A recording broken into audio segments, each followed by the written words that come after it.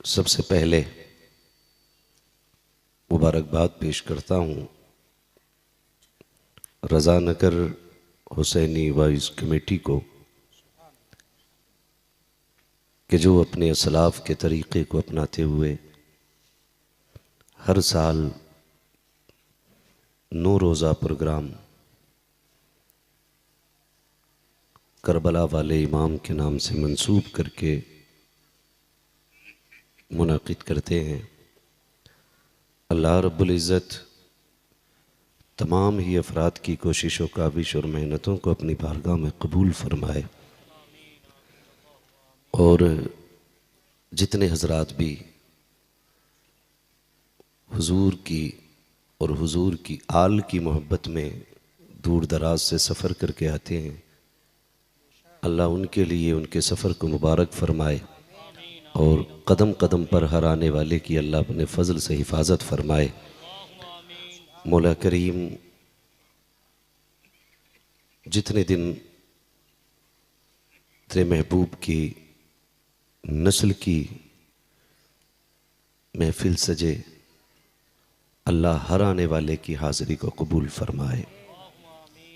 अज़ीज़ान मिल्लत इस्लामिया, शुक्र है परवरदिगार का कि उसने इस साल भी हमें और आपको अपने महबूबों के तज़किरे करने के मौके इनायत फरमाए हैं। कितने लोग ऐसे रहे होंगे जो गुज़श्ता साल हमारे साथ थे, आज वो अपनी कब्रों में लेटे हुए हैं। इस बात पे भी अपने रब का शुक्र अदा किया करें कि मौला तूने चंद सांसें दे करके और हमें अपने महबूबों का जिक्र करने का मौका फराहम किया। ये भी उसके करम की बात है। और इस महफ़िल की एक ख़ासियत ये भी मैंने देखी है कि शुरू दिन से लेकर के आखिरी दिन तक जिस अक़ीदत व मोहब्बत के साथ जवान बैठ के बातें सुनते हैं, उसी प्यार के साथ छोटे छोटे बच्चे भी अपने महबूबों की बातें सुना करते हैं। और ये इश्क़ जो है ये मेहनत से नहीं, रब की अता से हाजिर होता है। आला हज़रत ने इसी इश्क़ का तज़किरा किया और फरमाया, ऐ इश्क़ तेरे सदक़े जलने से छुटे सस्ते, जो आग बुझा देगी वो आग लगाई है। मुझे गुज़श्ता साल का वो दिन भी याद है कि जब बारिश हो रही थी और दीवाने इसी चाहत के साथ बैठे हुए सुन रहे थे, इसी चाहत के साथ ज़मीन पे बैठ कर के, पानी अपनी मौजों में था, दीवाने अपनी मौजों में थे। हाँ, अल्लाह फिर हमें वही अदब, वही प्यार, वही मोहब्बत करने की तौफ़ीक़ अता फ़रमाए। अल्लाह उसी इश्क़ के साथ हमें अपने महबूबों का तज़किरा करने की मौला तौफ़ीक़ अता फ़रमाए। हज़ारों साल नरगिस अपनी बेनूरी पे रोती है, बड़ी मुश्किल से होता है चमन में दीदावर पैदा। रब का शुक्र है जिसने हमें सांसें दी, आँखें दी, धड़कनें दी, दिमाग दिया, एक मुकम्मल इंसान बनाया और फिर हमें इतनी इज़्ज़तें बख्शी कि मुअब्बदीन वाले का हमें और आपको ग़ुलाम बना दिया। हाँ, बरेली से आवाज़ आती है, अपने महबूब की उम्मत में बनाया मुझको, शुक्र किस तरह करूँ मालिको मौला तेरा, दिल अबस खौफ से पत्ता सा उड़ा जाता है, पल्ला हल्का ही सही भारी है भरोसा तेरा, पल्ला हल्का ही सही भारी है भरोसा तेरा। हम गुनाहगारों के पास कुछ और नहीं है, बस अपने आकाओं की निस्बत है और इसी निस्बत पे नाज है हमें कि क़यामत के दिन नेकियां कम पड़ेंगी तो इंशाअल्लाह उनकी निस्बत काम आ जाएगी, उनकी निस्बत काम आ जाएगी। और निस्बतें बड़ी चीज़ होती हैं, निस्बतें बड़ी चीज़ होती हैं। इन निस्बतों को कायम रखना, जब तक ज़िंदा रहना, करबला वालों की निस्बतों को अपने घरों में आबाद रखना और अपनी नस्लों को बता जाना कि हमारे एक एक बाल पे नबी के घराने का एहसान है, एक एक जिस्म के हिस्से हिस्से पे मदीने वाले की नस्ल का एहसान है। और हम एहसान फरामोश नहीं हैं, हम एहसान शनास लोग हैं जो हम पे एहसान करता है, हम आखिरी दम तक उनकी बातें किया करते हैं, हम आखिरी दम तक उनकी बातें किया करते हैं। करबला वाले तो बड़ी ज़ात वालों का नाम है। अगर हम बरेली वाले की बात करें, उन्होंने एक बार कहा था डाल दी कल्ब में अज़मत मुस्तफ़ा। उन्होंने एक बार कहा था एक मेरा ही रहमत में दावा नहीं, शाह की सारी उम्मत पे लाखों सलाम। 100 साल पहले कहा था उन्होंने। कितने साल पहले? वही बेदारी पैदा करें जिस बेदारी से आप सुनते हैं। कितने दिन पहले? 100 साल बीत गए। 100 साल पहले कहा था एक मेरा ही रहमत में दावा नहीं, शाह की सारी उम्मत पे लाखों सलाम। तो उम्मत भी शाह की है, नमक हलाल है, तो उम्मत हर सुबह में फजर बात कहती है डाल दी कल्ब में अज़मत मुस्तफ़ा, सैयदी आला हजरत पे लाखों सलाम। उन्होंने एक बार कहा था हम सुबह क़यामत तक यही कहते रहेंगे, हम सुबह क़यामत तक यही कहते रहेंगे। मैं आज चंद बातें आपसे करूँ। आज चूँकि पहला दिन है, बड़ी तवज्जो के साथ, मुझे मालूम है समातें बड़ी अच्छी रहती हैं, लोग बड़े अच्छे रहते हैं, और शुक्र रब का मौलाना अब्दुल रहमान साहब क़िबला मेरी नज़रों के सामने अक्सर काले बाल नज़र आ रहे हैं। एक साहब कह रहे थे गुफ्तगू में कि नौजवान हुजूर से दूर हो रहे हैं। मैं कहता हूँ ये जलसों में बैठे सर देखो, इनमें बालों के रंग देखो, यकीनन जितने काले बाल हैं सारे ही जवान होंगे, सारे ही जवान होंगे। फिर आप परसेंटेज निकालें कितने काले बाल वाले हैं, कितने सफ़ेद बालों वाले। अगर काले बालों वाले ज़्यादा हैं तो समझो जवान महफिल में ज़्यादा बैठे हैं, और अगर जवान महफिल में ज़्यादा बैठे हैं तो फिर ये कहने का हक़ नहीं है कि जवान दीन से दूर हो रहा है।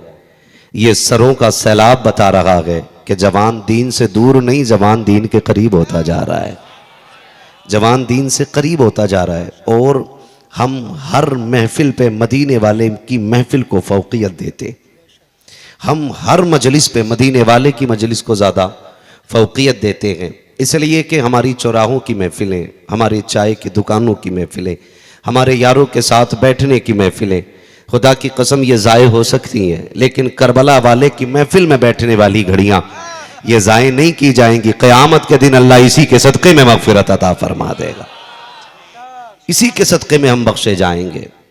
आज ना बस चंद बातें ज़रूरी हैं। अल्लाह ने कायनात में एक तिनके को भी अगर पैदा किया है ना, तिनका समझते ना, छोटी सी चीज़, घास का टुकड़ा, वो भी अगर पैदा किया गया है ना तो बेमकसद पैदा नहीं किया गया। यहां तक कि मक्खी भी अगर रब ने पैदा की है ना तो बेमकसद पैदा नहीं की है। मच्छर भी अगर पैदा किया गया है तो बेमकसद पैदा नहीं किया गया, उसके भी पैदा करने में कोई ना कोई हिकमत है। सोचें, जब मक्खी, मच्छर, घास, कीड़े ये बेमकसद पैदा नहीं किए गए तो ये अच्छा खासा 6 फीट का इंसान भी तो किसी मकसद से पैदा किया है ना। इसकी पैदाइश में भी तो कोई मकसद रखा होगा ना। क्यों हमें पैदा किया गया, क्यों बनाया गया? बेकार तो रब ने छिपकली भी नहीं बनाई है, बेवजह तो सांप भी पैदा नहीं किया गया, तो फिर अशरफुल मखलूकात को क्यों पैदा किया गया? तो कुरान ने इस राज से पर्दा हटा दिया और कहा वमा खलक़तुल जिन्ना वल इंसा इल्ला लियअबुदून। हमने जिन्नों और इंसानों को सिर्फ अपनी इबादत के लिए पैदा किया है, इबादत के लिए पैदा किया है। अब इबादत का मफहूम कितना बड़ा है। बाज़ लोग ये समझते हैं कि सिर्फ नमाज इबादत है, सिर्फ ज़कात इबादत है, सिर्फ हज इबादत है, सिर्फ रोज़ा इबादत है।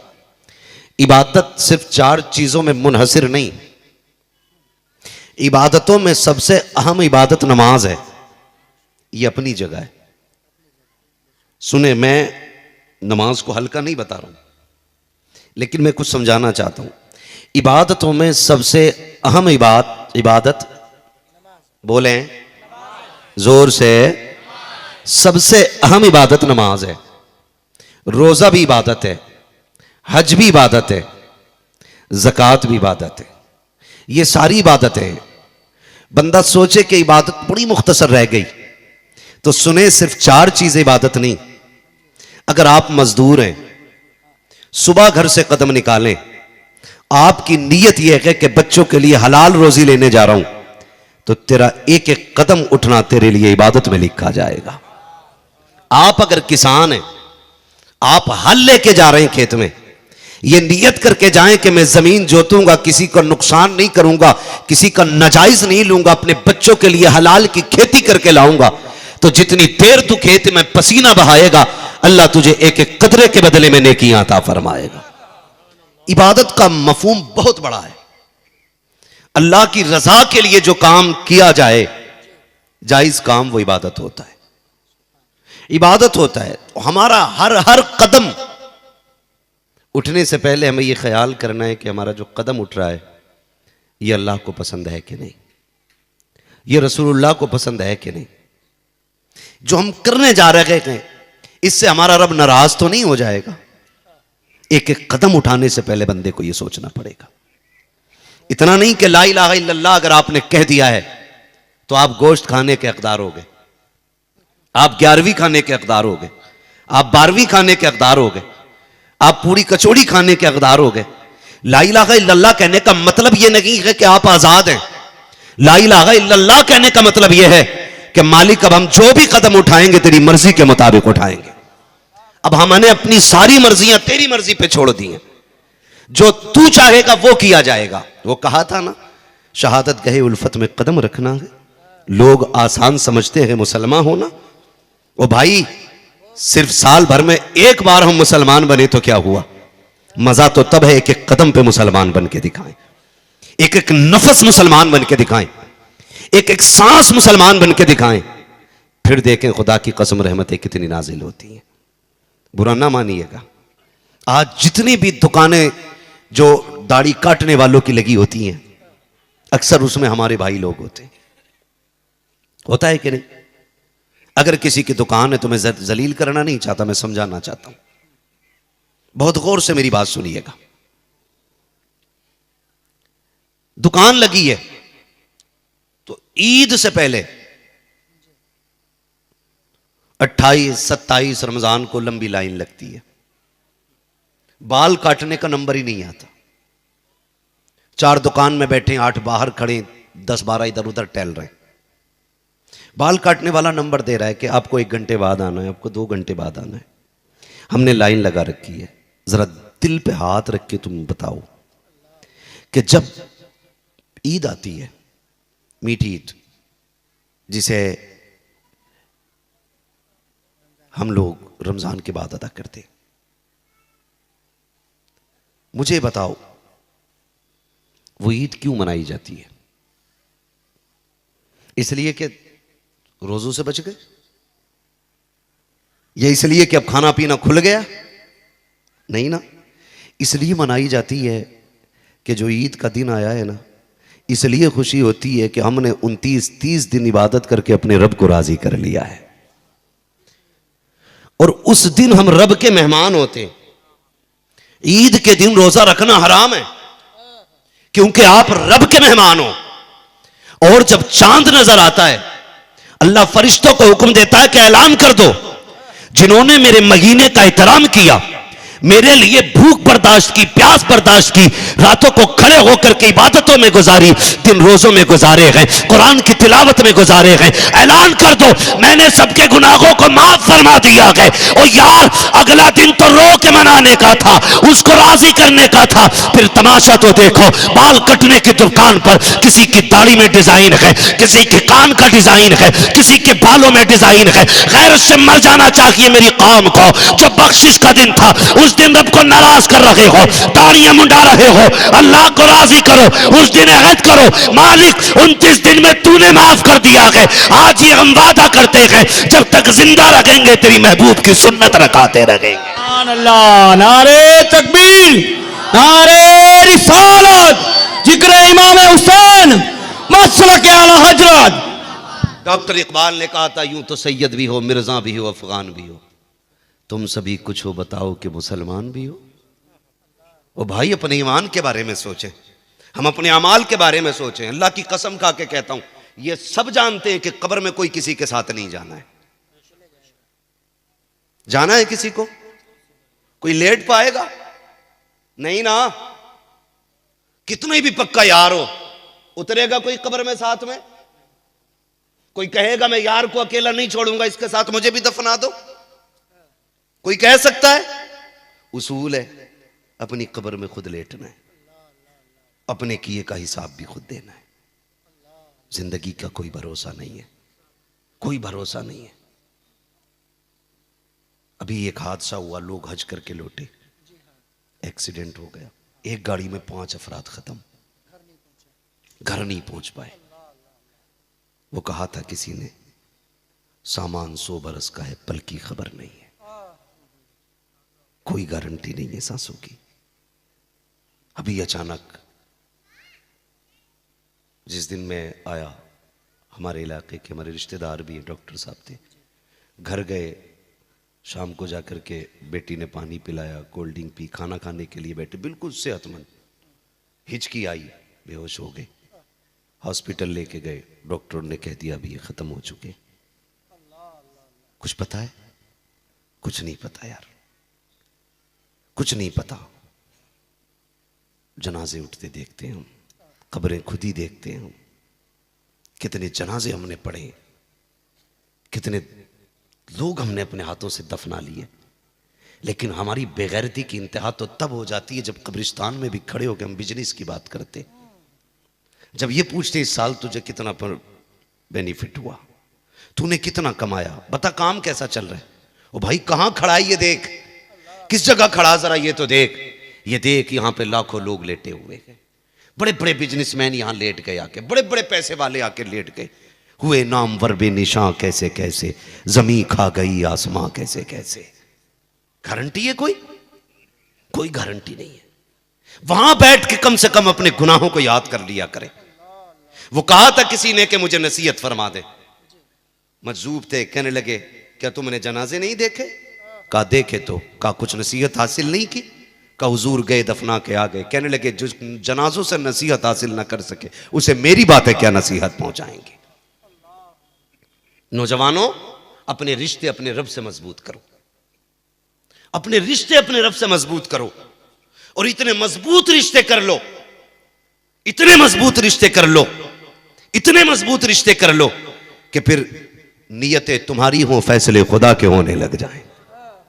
इतने रिश्ते मजबूत कर लो।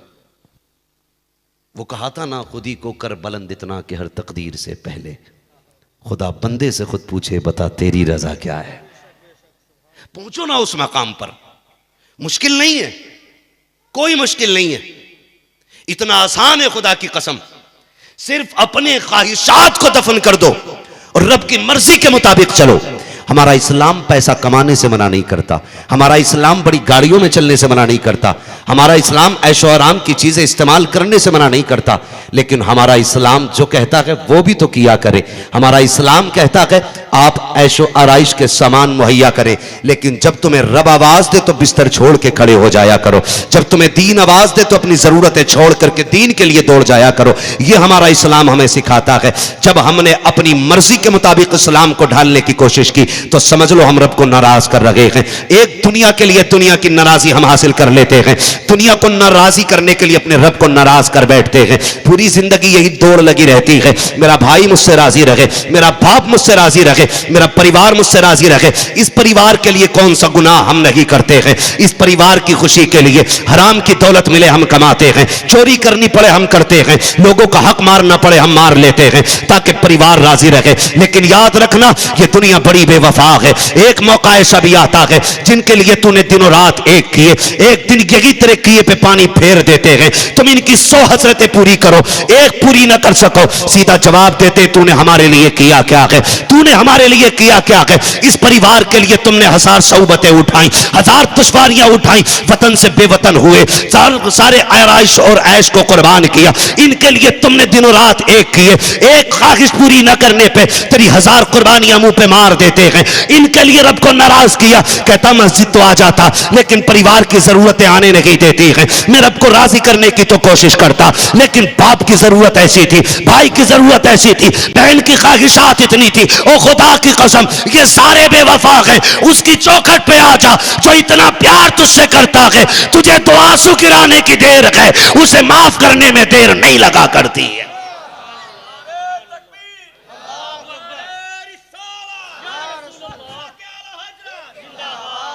आजमाओगे एक दिन दुनिया को, जितना चाहो इसके लिए दौड़ लो, और जितना चाहो इसके लिए कर लो।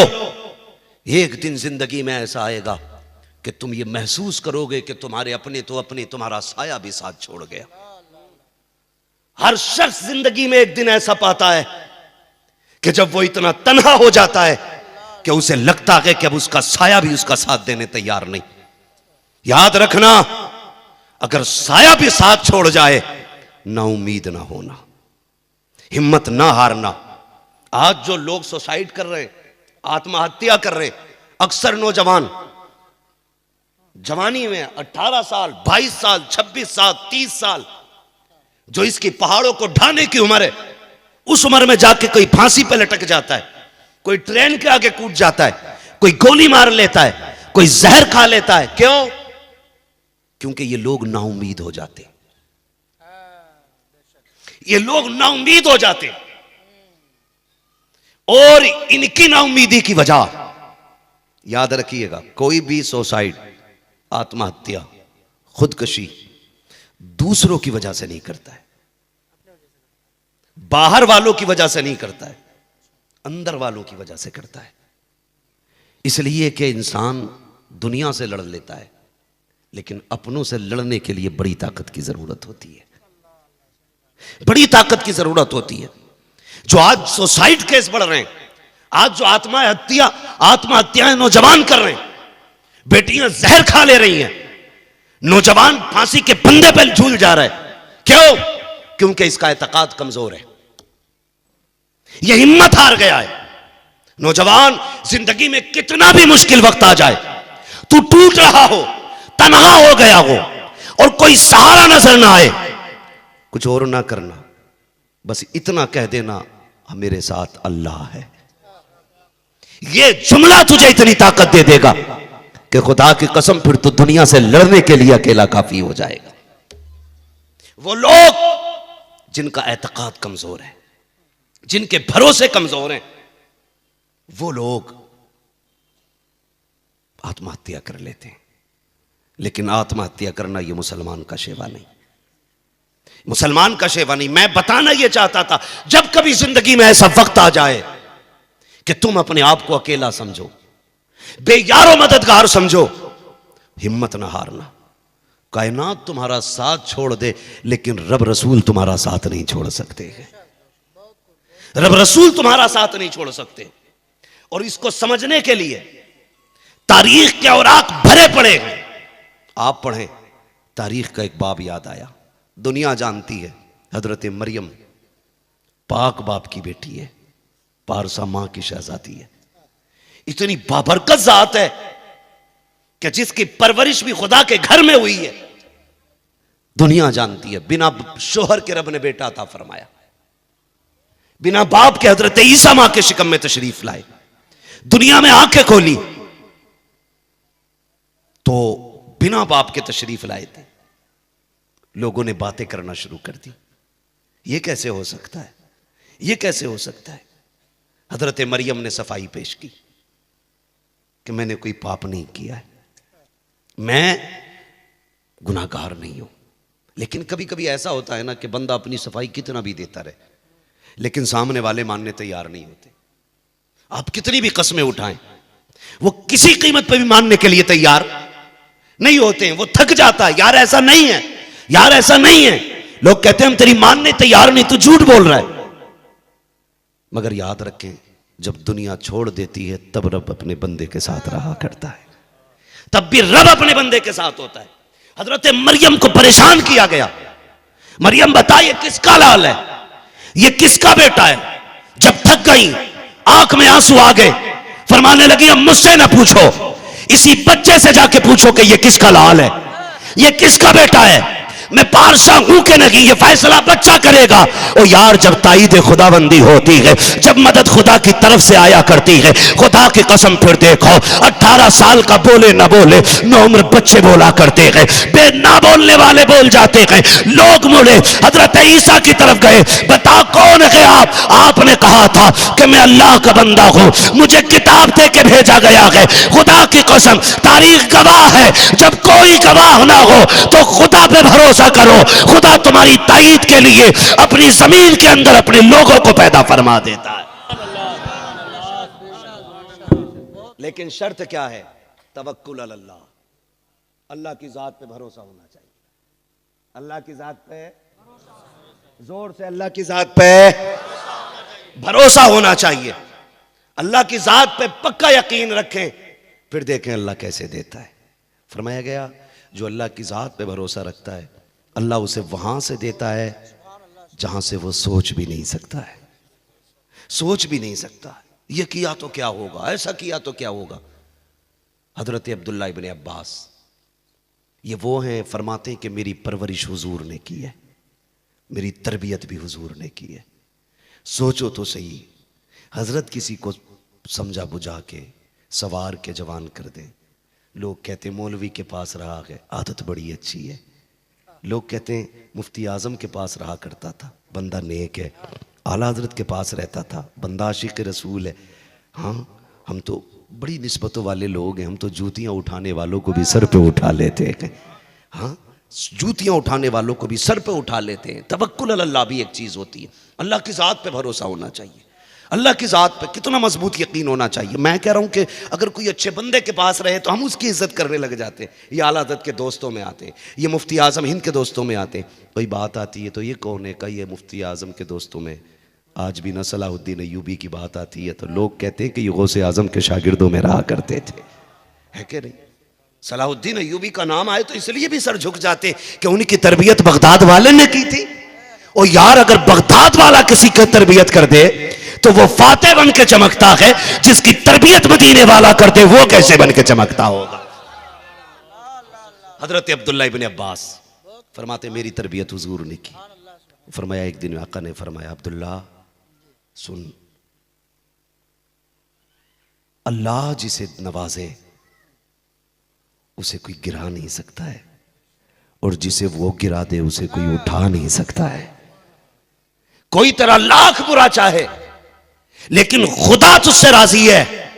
फरमाया फिर दिल थोड़ा न करना, पूरी दुनिया एक तरफ हो जाए, तू एक तरफ खड़ा रहना, फिर भी ताकतवर तू ही रहेगा, तू ही रहेगा।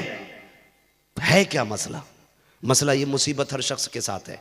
किसी को भी परेशानी आ जाती, किसी को भी परेशानी आ जाती, लेकिन हम चूंकि खता के पुतले, गुनाह हमारी फितरत में होते रहते, गुनाह करते रहते हम लोग। लेकिन वो भी बड़ा करीम है, वो भी बड़ा करीम है। किसी खता की बुनियाद पे वो रोजी बंद नहीं करता है, वो गुनाह की बुनियाद पे रोटी बंद नहीं करता है, वो गुनाह की बुनियाद पे अपनी हवा पे पहरे नहीं बैठाता, वो गुनाह की बुनियाद पे तेरा ऑक्सीजन बंद नहीं करता। जरा सी हल्की कर दी थी ऑक्सीजन, दुनिया कोरोना के चक्कर में आ गई थी, सिलेंडर के सिलेंडर खाली हो गए थे। लेकिन जब मौत का वक्त आया सिलेंडर न बचा सके, और जब वो बचाने पे आता है तो पत्थर के अंदर कीड़े को भी जिंदगी बख्श देता है। आज ना देखें दुनिया, हम मादियत पे भरोसा करते, अकीदा मजबूत करें मेरे भाई। मैं बरेलवी हूं, खुदा का शुक्र है मैंने सुन्नी घराने में तरबियत पाई है। अल्लाह ने मेरे माँ बाप को पक्का सुन्नी बनाया है। मैं ऐसे घर में पला बड़ा हूं। मैं आपको समझाना चाहता हूं अकीदे मजबूत करें, अकीदे मजबूत करें। बड़े कमजोर हैं हम लोग, मादियत पे भरोसा करते। गाड़ी खरीदने चले ना तो कहते हैं एयरबैग कितने, कहा कि इसके अंदर 6 एयरबैग है, कहता ले लो, एक्सीडेंट में कुछ नहीं होने वाला। ये क्या बोले इसमें 2 एयरबैग है, का पीछे वाले तो पक्के ही मर जाएंगे। ये हम दिमाग लगा रहे होते, हम दिमाग लगा रहे होते, लेकिन रब का वादा है मौत जब आएगी ना तो 7 ताले भी तुम्हें नहीं बचा पाएंगे। 7 तालों के अंदर भी बंद हो जाओ तो वो तुम्हें जोर से तुम्हें नहीं बचा पाएंगे। नाम नहीं लूंगा, एक डांसर था, अपने साथ इंजीनियर डॉक्टर सारे रखता था, वो बड़े बड़े साइंटिस्ट रखता था, हर खाने को चेक करके खाता था और हर वक्त अपने टेस्ट कराता था ताकि मैं ज्यादा से ज्यादा जीऊं। लेकिन कोई कितनी भी तदबीर इख्तियार कर ले, जब तकदीर गालिब आती है तो फिर कोई नहीं बचा पाता है, कोई नहीं बचा पाता है। मिट्टी खाने वाले 100 साल जी जाते, सोना खाने वाले 50 साल में मर जाते। मालिक कौन है? बोले जोर से और जोर से, अल्लाह है मालिक। हम मादियत पे भरोसा करते नहीं, ऐसा करो तो ऐसा हो जाएगा, ऐसा करो तो ऐसा हो जाएगा। मैं कहता हूं खुदा की जात पे भरोसा करो, सब कुछ हो जाएगा। भरोसा करने वाला होना चाहिए रब की जात पे। एतकाद कमजोर होगी, नजरिए कमजोर होगे, मांगने का सलीका नहीं रहा। जिंदगी में दुख सबकी आते हैं। नौजवानों कभी हिम्मत ना हारना, कभी सुसाइड ना करना। तुम अकेले नहीं हो, तुम्हारे साथ तुम्हारे रब की जात है। तुम्हें उसने अपने लिए बनाया है, वो तुम्हारे लिए है। तुम उस पर भरोसा तो करके देखो। आज कोई बंदा इतना मजबूर और कमजोर नहीं। आज किसी की कंडीशन ऐसी नहीं जिस तरह तारीख में हजरत जुनैरा की कंडीशन मिलती है। कौन जुनैरा? इस्लाम का इब्तदाई दौर। तवज्जो है? थके तो नहीं अभी ना? अल्लाह सलामत रख के अभी 9 दिन और सुनना है। नहीं, मुझे तो नहीं, मतलब आपको 9 दिन बैठना है यहां पे। मेरा तो कोई मसला नहीं, परदेसी आदमी है, कभी किधर कभी किधर। बस शुक्र है अल्लाह का कि मेरी आपसे मुलाकात हो गई है। मैं क्या बात अर्ज कर रहा था आपसे? थके तो नहीं है ना अभी? तैयार हैं? चलूं बातें, बोलूं थोड़ा सा इस बात पे। ये जरूरी है क्योंकि पहला दिन है। हमें अपने रब की जात को समझना है।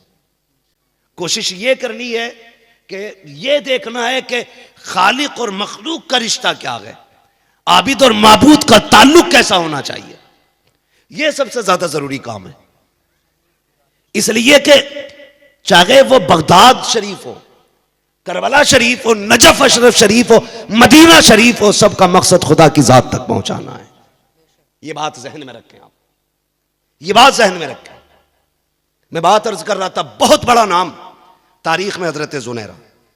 इतनी कमजोर थी कि बिल्कुल सूखी हुई थी, लेकिन मुअर्रिखीन ने लिखा है उनकी सूखी हड्डियों में मींग नहीं, इश्क रसूल भरा हुआ था। वो जिसके घर की बांदी थी, कनीज थी, वो मुशरिक था, काफिर था। जैसे ही आपने कलमा पढ़ा, जुल्म के पहाड़ टूट पड़े, इम्तिहान की घड़ियां शुरू हो गई, मारा गया, पीटा गया। याद रखिएगा, साथ में कौन है? अल्लाह। हशर क्या हो रहा है? मारा जा रहा है, पीटा जा रहा है। जब अल्लाह साथ है तो पिटाई क्यों, मार क्यों? बंदा कहता ना जब अल्लाह साथ है तो फिर ये सितम क्यों? तो याद रखिए, पहले वो सब्र आजमाता है। मैं इसे आजमाऊं, मैं इसे दुख पहुंचे, फिर ये देखूं ये कितना मेरे साथ खड़ा रहता है। फिर बंदा अगर साबिर निकल आए तो फिर रब की रहमतें उतर आती हैं। मारा गया हजरत जुनैरा को, इतना सितम हुआ, इतना सितम हुआ कि आपकी आंखों की रोशनी चली गई। अबू जहल सामने से आ गया। अबू जहल ने आके कहा, जुनैरा तूने हमारे खुदाओं को छोड़ दिया, इस वजह से लात और मनात ने तुम्हारी आंखों की रोशनी ले ली है। लातो मनात ने तुम्हारी आंखें की रोशनी ले ली, अंधा कर दिया तुम्हें। अभी वक्त है कि तू अब भी मान जा। तूने नहीं माना, हमारे खुदाओं ने तेरी आंखों की रोशनी ले ली। मुअर्रिखीन ने लिखा है कि बहुत कमजोर थी, बहुत दुबली थी, पूरे जिस्म की ताकत इकट्ठा की, पूरी ताकत लगाई बोलने में, और बड़ी ताकत के साथ आपने तड़प के कहा था, खबरदार तेरे लातो मनात की औकात नहीं है जो मेरी आंखों की रोशनी ले सके। ये तो मेरे रब की हिकमत है, रोशनी देने वाला भी वो है, रोशनी लेने वाला भी वो। सुभान अल्लाह, नारे तकबीर, नारे रिसालत। रोशनी देने वाला भी और रोशनी लेने वाला भी वो है। उसके बाद आपने कहा जिसने दी रोशनी उसी ने ले ली रोशनी, अगर वो अब भी चाहेगा तो फिर रोशनी अता फरमा देगा। ये अकीदा देखे, एतकाद देखे, कितना मजबूत एतकाद है, कितना मजबूत एतकाद है। कह रही कि जिसने रोशनी दी उसी ने ले ली, अगर वो चाहे तो फिर दे देगा, उस कमजोर खातून के लहजे में वो रोब था, वो दबदबा था कि मक्के के कुफ्फार के सरदार गर्दन झुकाए खड़े थे, किसी के मुंह में कोई लफ्ज नहीं आ रहा था, कोई बात नहीं बन पा रही थी अबू जहल से। ऐसा रोब था हजरत जुनैरा के लहजे में कि जबान कांप रही थी बोलते हुए अबू जहल की। सारे गर्दन झुकाए खड़े थे। हजरत जुनैरा ने कहा था, मालिक मेरा अल्लाह है, रोशनी देने वाला भी वो है, लेने वाला भी वो है, अगर वो चाहेगा फिर दे देगा। तो ये बोलना तो चाहते थे, लेकिन ईमान वाले की जुर्रत ये थी, उसकी हैबत ये थी कि कोई जवाब इनके मुंह में ना था। गर्दन झुकाए वापस चली गई, वापस चले गई है। अब जुनैरा हटी है, आह नहीं की है, चिल्लाई नहीं है, किस्मत को नहीं कोसा था, हाय बिल्ला नहीं किया था। रब का शुक्र अदा करते करते बिस्तर पर लेट जाती है, रब का शुक्र अदा किया, सो जाती है। तारीख गवाह है, अगले दिन का जब सूरज निकला तो सिर्फ सूरज में रोशनी नहीं, जुनैरा की आंखों में भी रोशनी थी। और वो अगले दिन छड़ी लेके गलियों में घूम रही थी और ये कह रही थी, बुलाओ अपने खुदा को, देखो मेरे रब ने रोशनी दे दी है, अपने खुदा को बुलाओ। वो लेके दिखाए, वो कह रही थी, इधर आ सितमगर, सितम आजमाए, तू चील आजमा हम जिगर आजमाए।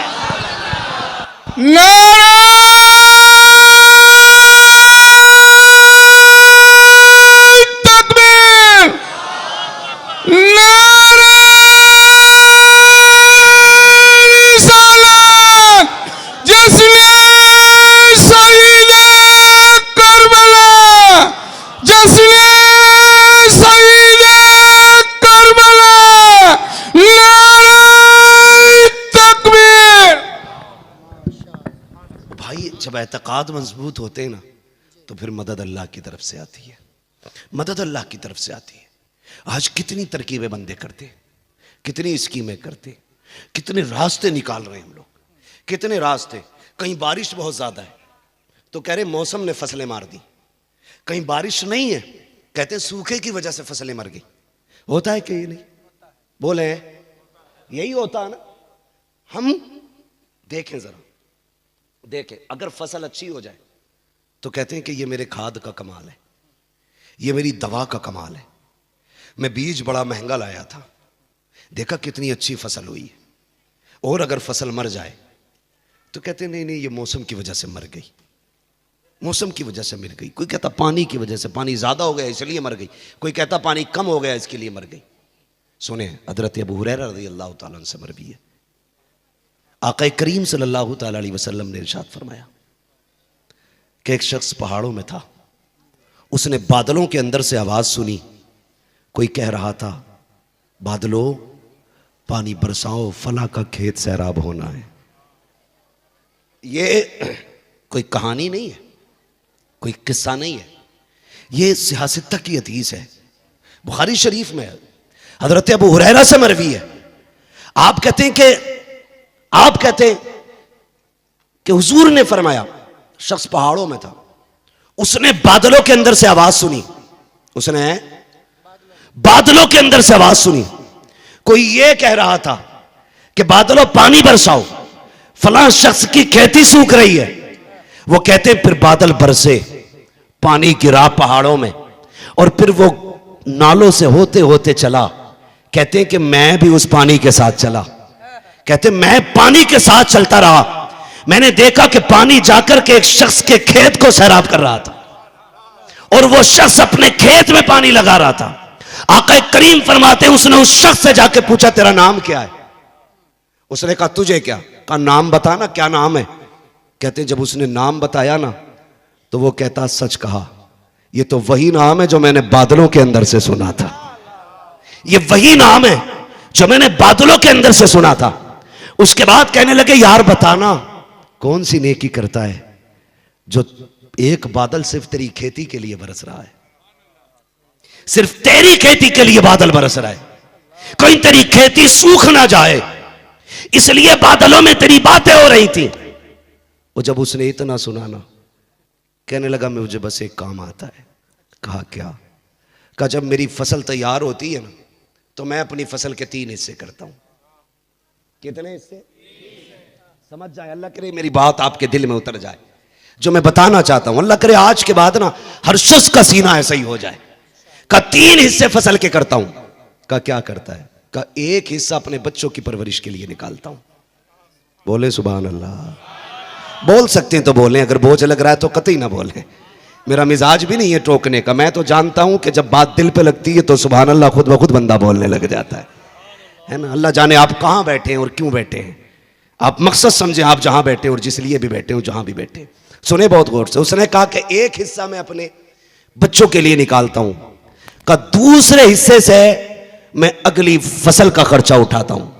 और का तीसरा हिस्सा मैं यतीम और गरीब और कमजोरों में बांट दिया करता हूं। तीसरा हिस्सा उसने कहा मैं गरीब, कमजोर और यतीमों में बांट देता हूं। ओ भाई, पता चला जिसके माल में गरीब का हिस्सा होता है अल्लाह उसकी फसल सूखने नहीं देता है। जिसके रिस्क में गरीबों का हिस्सा होता है उसकी रोजी मारी नहीं जाती है। जिसके हिस्से में गरीब की भूख आती है उसकी फसलें सुखाई नहीं जाती है। दुनिया में कहत पड़ जाए अगर तेरी रोजी में गरीब का हिस्सा है तो फिर खुदा की रहमतों के बादल उठेंगे। किसी की फसल सूखे या रह जाए लेकिन तेरी फसल सूखी नहीं रखी जाएगी। रब जानता है कि इसके रिस्क से, इसके दस्तरखान से गरीब खाते हैं। दुनिया सूखे तो सूखे, इसकी फसल नहीं सूखने जाएगी। अपनी रोजी में गरीब का हिस्सा रखें, फिर देखें अल्लाह कितना नवाजता है, अल्लाह कितना अता फरमाता है। भाई शर्त है अल्लाह से रिश्ते मजबूत करो। इसकी मिसाल क्या बद्र की तारीख इसकी मिसाल नहीं है? जंगे बद्र इसकी मिसाल है, खुली मिसाल। अल्लाह ने मदद नाजिल फरमाई तो हजारों पर 313 को फतह अता फरमाई है। क्या उहद की जंग इसकी खुली दलील नहीं है? खुदा की कसम, जंग उहद इसकी खुली दलील है। और फिर फतेह मक्का देखो, जिस जमीन से महबूब को निकाला गया, जिस जमीन पर रहना दुश्वार कर दिया गया, जिस जमीन पे सांसें तंग कर दी गई, जिस जमीन पे घर छोड़ने पे मजबूर किया गया, जिस जमीन पर लोगों को सुकून से नहीं रहने दिया गया, जिस जमीन पे कांटे बिछाए गए, जिस जमीन पे गले के अंदर कपड़े डाल के फांसी का फंदा बनाया गया, जिस जमीन के अंदर सजदे में गर्दन पे औजड़ी रख दी गई, जिस जमीन पे पत्थर मार के लहू लहान कर दिया गया, जिस जमीन पर चोरी छुपे हर तरह से सितम किए गए, फतेह मक्का के दिन हजारों तलवारों के साथ मेरा महबूब फातेह बन के तशरीफ लाता है। और वो फातेह बन के आना ये आज तक के लिए ऐलान है। लोगों, रब की जात पे भरोसा रखना। जब वो बंदे के साथ होता है तो फिर वो कमजोरों को भी ताकतवर पे कामयाबी अता फरमाया करता है। पढ़ें इस चीज को, अपने रब से रिश्ते मजबूत करें।